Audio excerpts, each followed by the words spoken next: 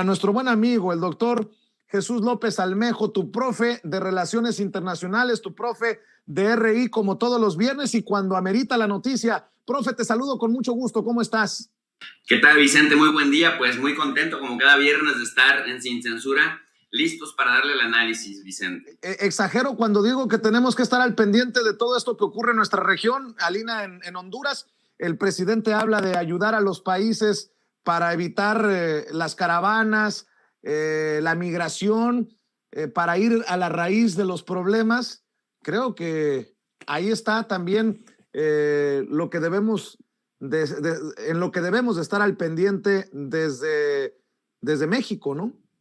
Definitivamente, querido Vicente, es una opinión muy certera la tuya, porque finalmente México y los mexicanos nos hemos caracterizado como pueblo de a pie en aislarnos, en preocuparnos únicamente por lo que pasa de fronteras para adentro. Apenas recientemente, de unos 15 años a la fecha, hay una preocupación real por el internacionalismo y por el papel que México juega en el mundo. Nosotros, históricamente, en los regímenes priistas, que nos secuestraron también a través de Televisa, a través del contenido basura de TV Azteca, a través del contenido basura de los medios chayoteros como el Universal, el Excelsior, el Reforma, a los que muchos definen como los grandes medios tradicionales, incluso muchos cercanos al presidente, creen que ahí está la clave para la difusión.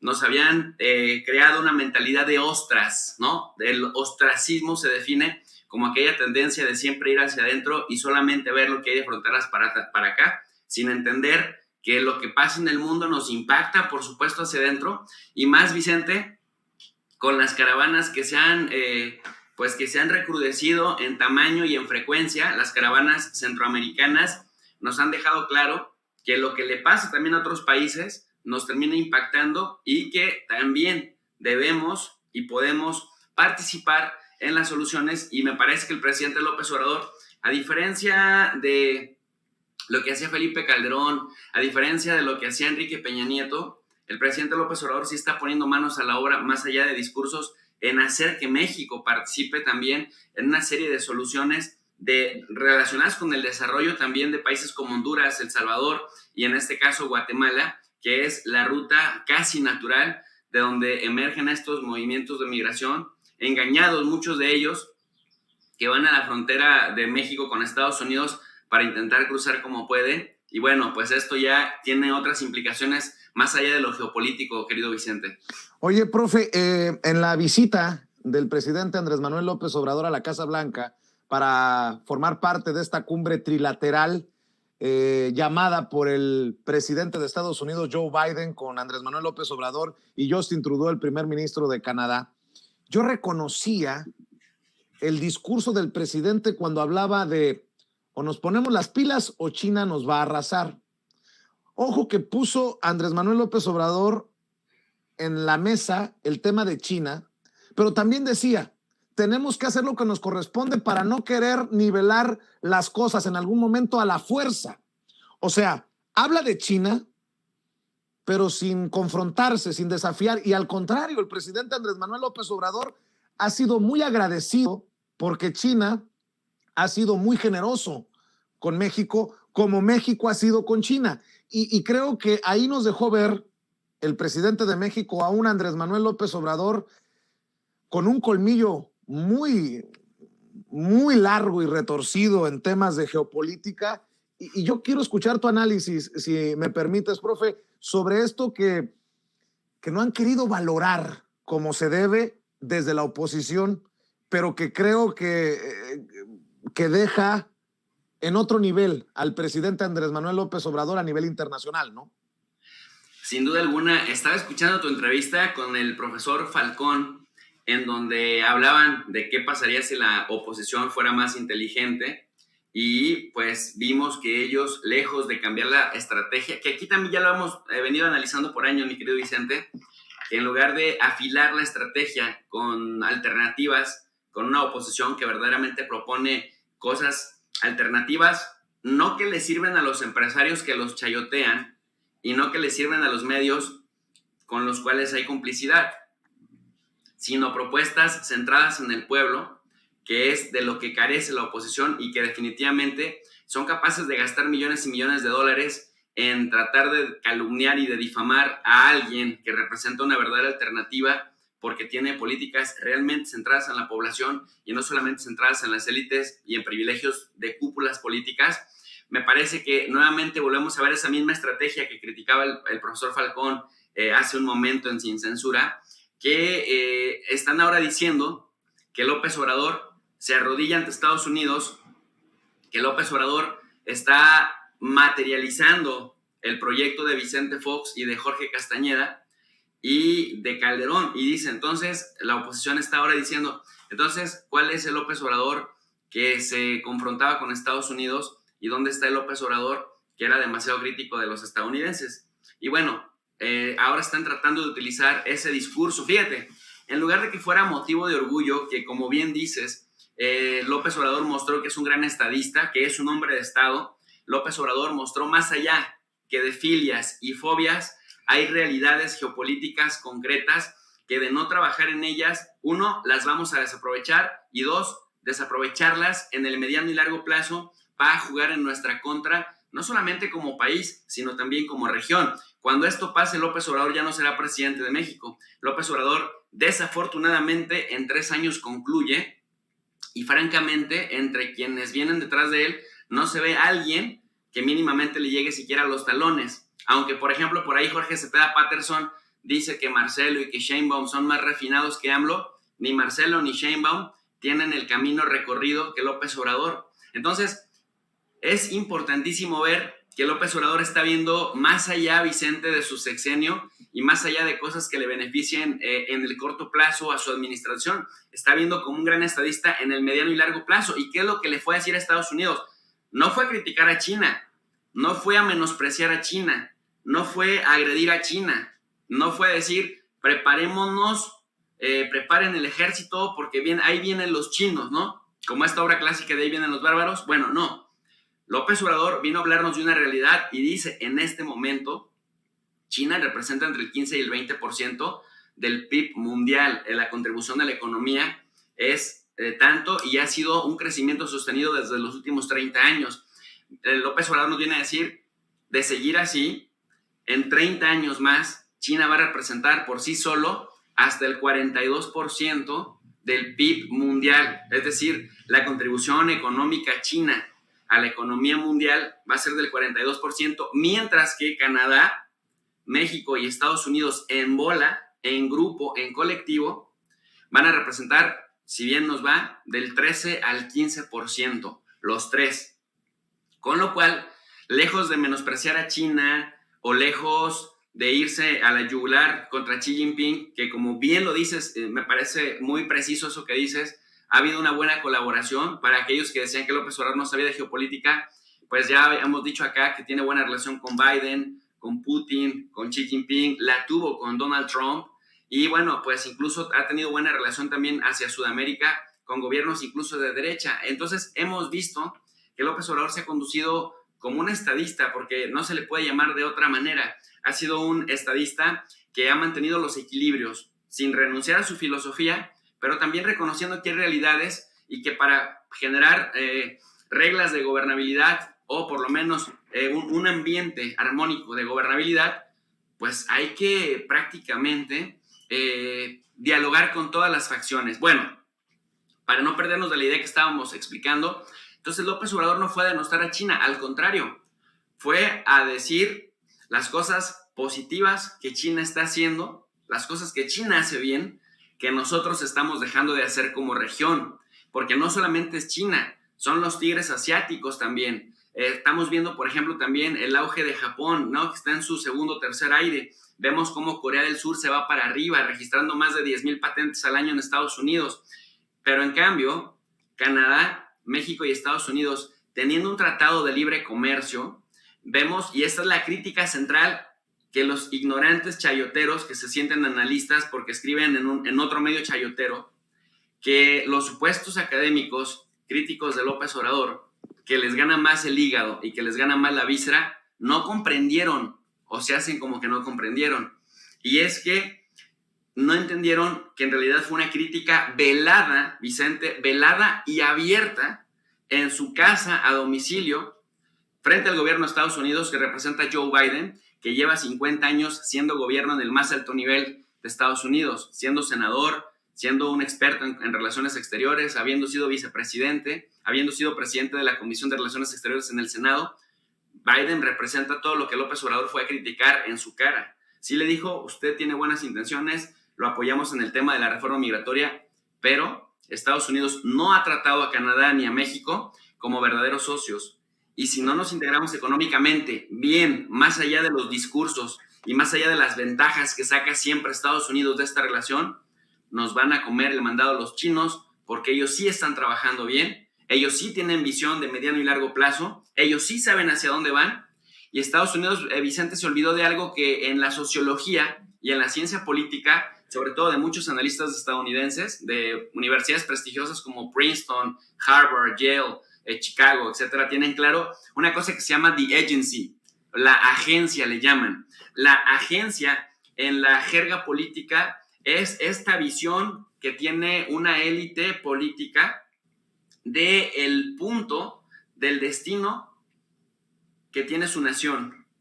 Y la agency, la agencia, es importante en la mentalidad de las élites políticas para saber en dónde quieren posicionar a su nación en el mediano y largo plazo y cuáles son las estrategias que tienen que desarrollar para llevar allá a la nación. Entonces, para un gringo, hablar de la agencia o the agency implica poner manos a la obra para que los discursos no solamente queden en eso, en letra muerta, sino que la nación pueda perfilarse al destino que la pretenden llevar. Por eso no fue en vano el tema de la ley bipartidista de infraestructura que firmó Joe Biden el 16 de noviembre, en donde invierten pues prácticamente 1.2 trillones de dólares para justamente modernizar la infraestructura estadounidense, invertir en carreteras, en pavimentación, en luminaria, etcétera, etcétera, etcétera, de cara al mediano y largo plazo. Entonces, ¿qué es lo que hace López Obrador?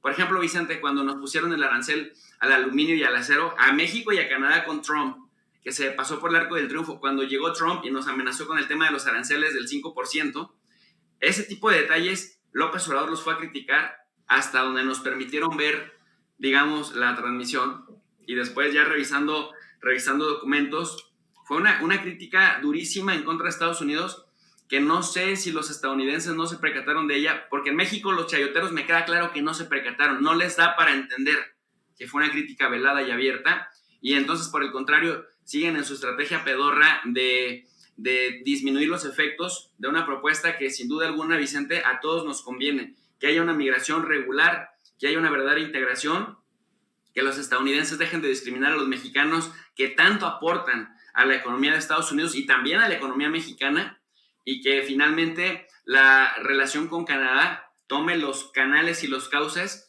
de una vez por todas que se requiere, porque de no competir como región, los asiáticos en general, pero los chinos en particular, nos van a decir quítense, que ahí les va la nueva hegemonía del mundo.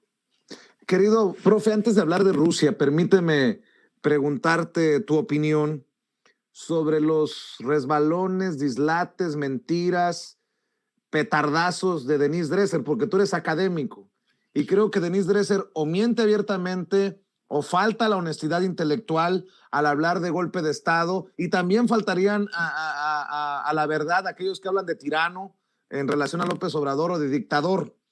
Pero me llamó mucho la atención, porque creo que lo hemos abordado, no sé si aquí o en cortito, profe, este clasismo tan nauseabundo de Denise Dresser, que ayer desde los micrófonos de Carmen Aristegui, fíjate que Carmen también falló a no enfrentar a Denise Dresser por este clasismo.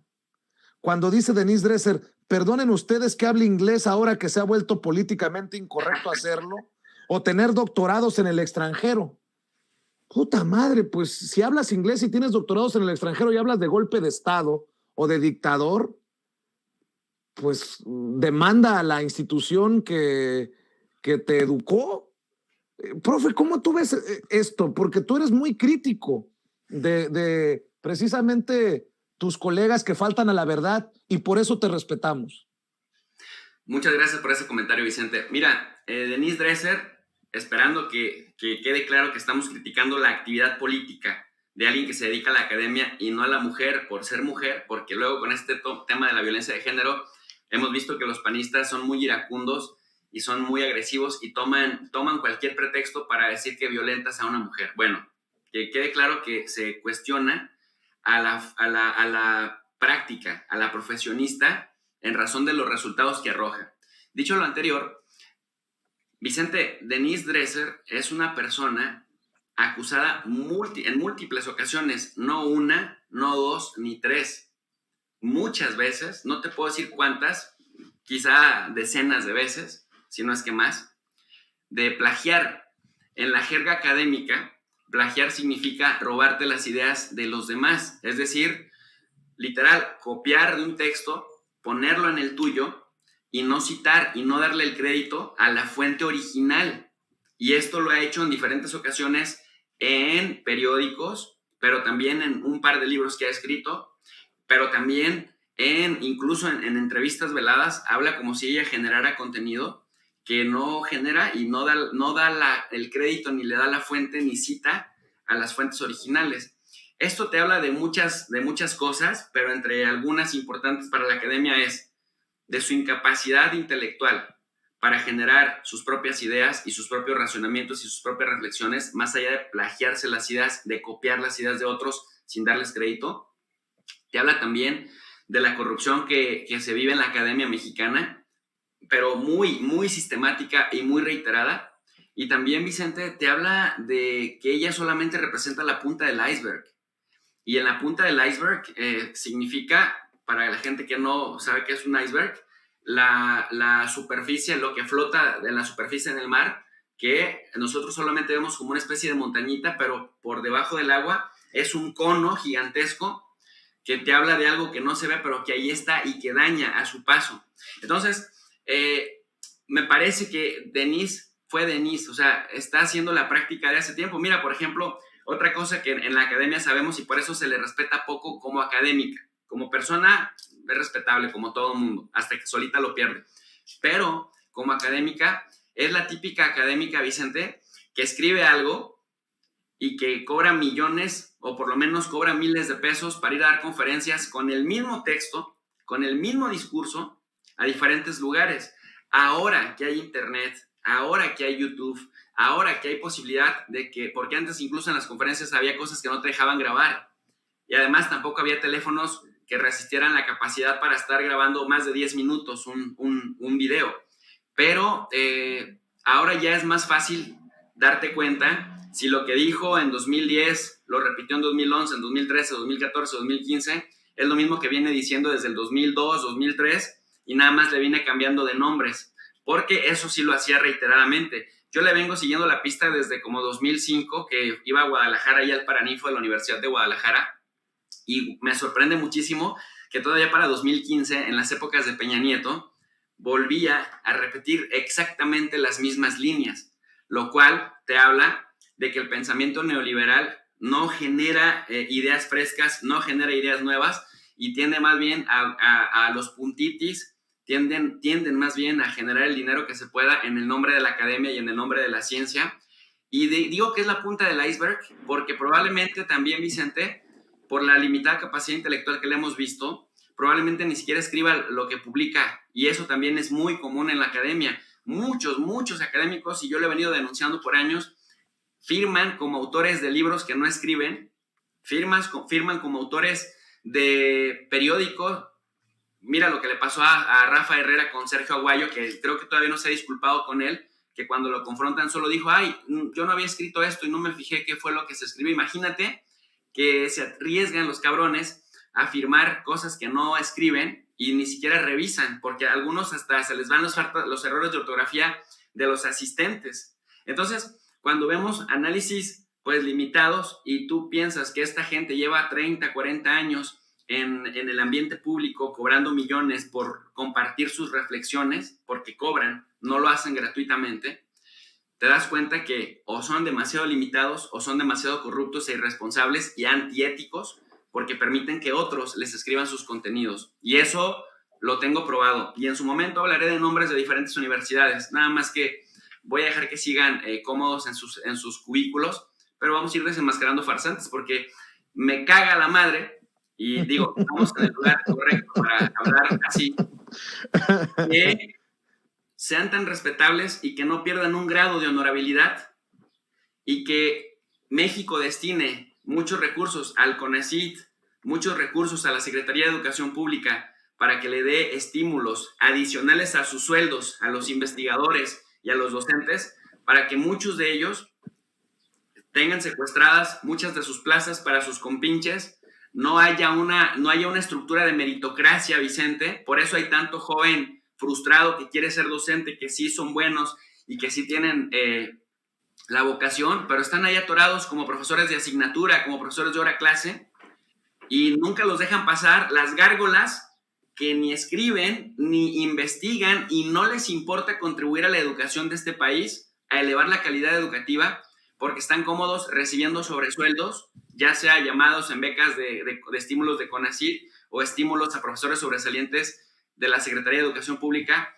Muchos les dicen PRODEP, otros les dicen PROMEP, etcétera, etcétera, pero que no necesariamente producen en la proporción al dinero que reciben, y ganan cantidades enormes, mientras que la mayoría de los profesores jóvenes pues están condenados a ganar 300 o 400 pesos por sus clases. Entonces, esta señora es la punta del iceberg, y mientras en México no tengamos una estructura de meritocracia, por ejemplo, quien ya lo está haciendo es Colombia, que tiene condiciones similares a México, nos demuestra que sí se puede crear, se puede mejorar el sistema educativo en el nivel universitario, en el nivel medio superior y superior, si tenemos un sistema de meritocracia en donde le quites a los pequeños cacicazgos de las universidades el poder para repartir plazas, y si en cambio se hace nacionalmente que por méritos los profesores puedan ascender, y a quienes le tengan que responder es al sistema educativo y no a los directores de facultad en turno, que son mega mafiosos la mayoría,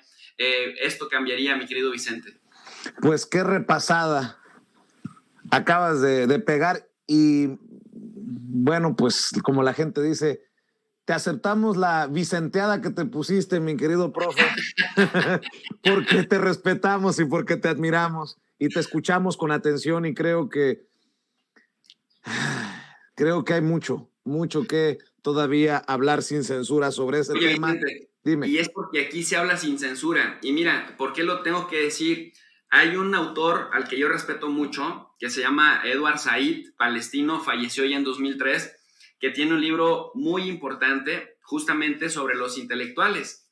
Y él habla justamente, tiene un subcapítulo en ese libro que se intitula ¿Por qué los dioses defraudan o cuando los dioses defraudan?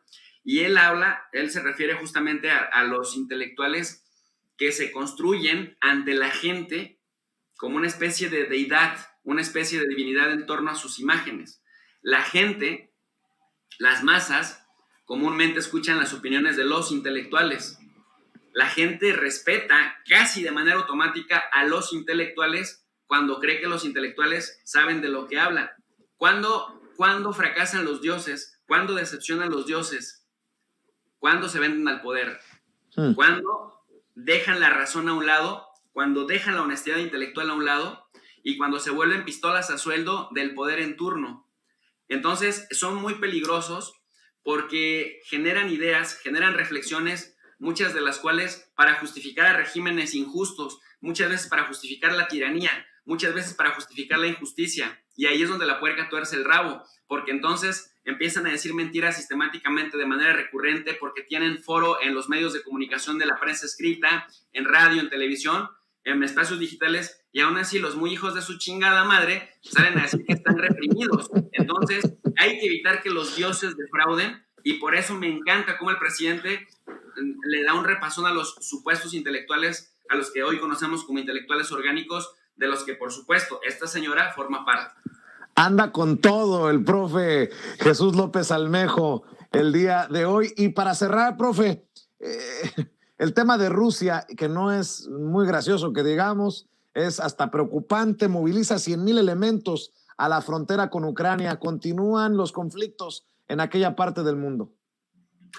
Mira, hay todo un nado sincronizado al más puro estilo chayoteril neoliberal, que justamente nos quieren vender la idea de que Rusia es un peligro para el mundo y de que Rusia es un peligro para la paz mundial, porque dentro de sus fronteras, que además son fronteras gigantescas, Vicente, bueno, Rusia en sí mismo es un continente, bueno, Rusia por sí mismo es más grande que el continente europeo en extensión territorial, y nos venden la idea en nado sincronizado, el New York Times, el Washington Post, acá en México lo vi en Televisa, en el Reforma, en el Universal, lo ve el diario El País, el Clarín en Argentina, Caracol en Colombia, en fin, empezaron ya Euronews, ¿no? Empezaron a nadar de manera sincronizada, diciendo que Rusia estaba a punto de invadir a Ucrania y con ello desatar la guerra y obviamente pues renunciar a la paz para finales de diciembre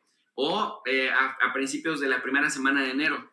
¿Por qué? La prueba, dicen ellos, ahora sí tenemos suficientes pruebas vía satelital porque vimos que desplegaron 100,000 soldados a lo largo de la frontera con Ucrania y eso nada más nos habla de una incursión anfibia que prácticamente se quieren quedar con Ucrania. Pero Vicente, resulta que cuando Estados Unidos patrulla en aguas internacionales, ahí en la península de Crimea, en el Mar Negro, imagínate ese escenario en donde todo el mundo se queda callado y en donde se atreven a decir cuando Rusia hace amenazas públicas de que si se meten a sus aguas internacionales van a pagar el precio, incluso un navío británico ya pagó el precio, casi lo hunden, le aventaron balas de emergencia, y entonces Putin responde, ¿qué pasaría si flotas marinas, flotas marítimas, ¿no? Patrullaje militar ruso estuviera apostándose en el Golfo de México, cerca de la Florida, o estuviera apostándose enfrente de las fronteras de California o de Washington, Seattle?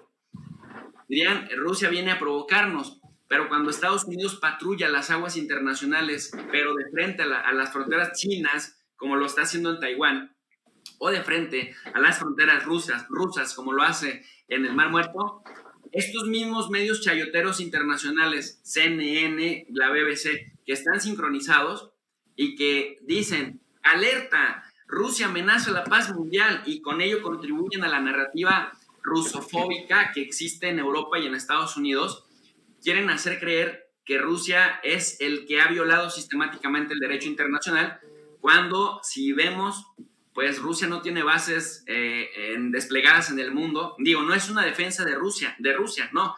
Es nada más ver las cosas en perspectiva comparada. Y Rusia no tiene, por ejemplo, militares en diferentes países en el mundo. Rusia no tiene bases militares en África, no tiene bases militares en Asia Pacífico, en América Latina, en el Caribe.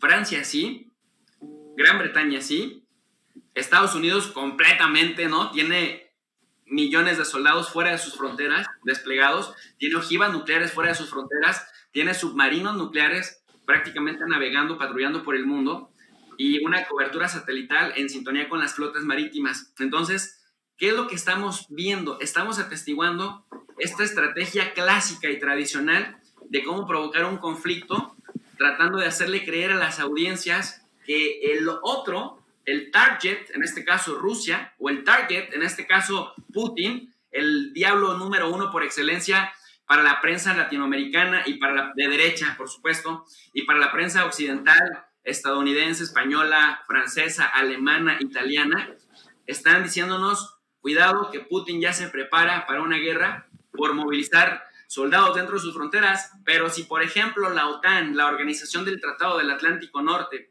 moviliza elementos de diferentes países, incluidos soldados canadienses y soldados estadounidenses, a Ucrania o a la frontera con Rusia, ahí dicen, son prácticas militares, estamos en nuestro derecho democrático, no entendemos por qué los rusos se preocupan o se molestan, pero ahora que Putin hizo lo mismo, dijo, bueno, pues es verdad, tiene razón, entonces movilizamos a 100,000 soldados a la frontera dentro de nuestro territorio, porque estamos ejerciendo nuestro derecho libre y soberano. Dicen, cuidado que Vladimir Putin está sediento de sangre y quiere guerra. Entonces te das cuenta que cuando les aplican el efecto espejo, terminan por ponerlos en su propia trampa y ya cada vez más medios de comunicación alternativos, pues estamos viendo lo contrario y estamos viendo que nuevamente este es un intento más de provocar una guerra sin que quede en los anales de la historia la responsabilidad histórica para los provocadores. Es decir, quieren hacer creer, si se desatara un conflicto, que el que lo inició fue Rusia, cuando en realidad acá, de este lado, han hecho todo para provocar justamente un conflicto en esta región, tomando como pretexto a los derechistas de Ucrania y a los derechistas polacos, que cómo se han encargado de desestabilizar esa parte del mundo, Vicente. Profe, pues siempre es un placer, sobre todo ahora que te aserranas y te avicentas y que te sueltas la greña con tu análisis. Siempre es un placer verte y escucharte. Y bueno, pues si me permites invitarte para que cierres diciéndole a la gente en dónde pueden seguir tu trabajo, en dónde pueden seguir tus pasos y en dónde pueden seguir tus clases en redes sociales y en tu canal de YouTube, profe. Gracias, mi querido Vicente. Pues yo invito a la gente que nos está escuchando a que nos acompañen también en el canal de Tu Profe de RI. RI significa Relaciones Internacionales y tratamos de impartir clases de geopolítica, reflexiones de relaciones internacionales, abordamos los escenarios regionales, los organismos internacionales, todo completamente gratis. En la base del video, en la descripción del video, de cada video, ponemos en formato PDF el link de una lectura de relaciones internacionales, de revistas importantes, de libros, de editoriales respetables, para que la gente profundice en el conocimiento que quiera adquirir. Es decir, hay gente que se queda picada y nos dice, profe, ¿a poco ya se acabó la clase?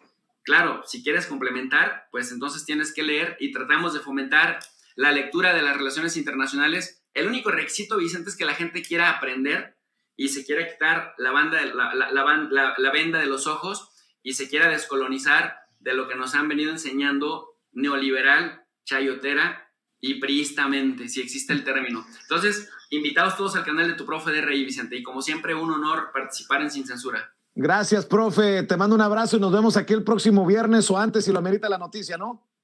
Feliz viernes, negro, y espero que le hayas pasado increíble en el Día de Acción de Gracias. ¿Cómo no? Pues si me la pasé con Vicentititititititito, mi querido profe. Te mando un abrazo. Un abrazo fuerte, Vicente. Gracias, el profe Jesús López Almejo, tu profe de RI, hablando con nosotros sin censura.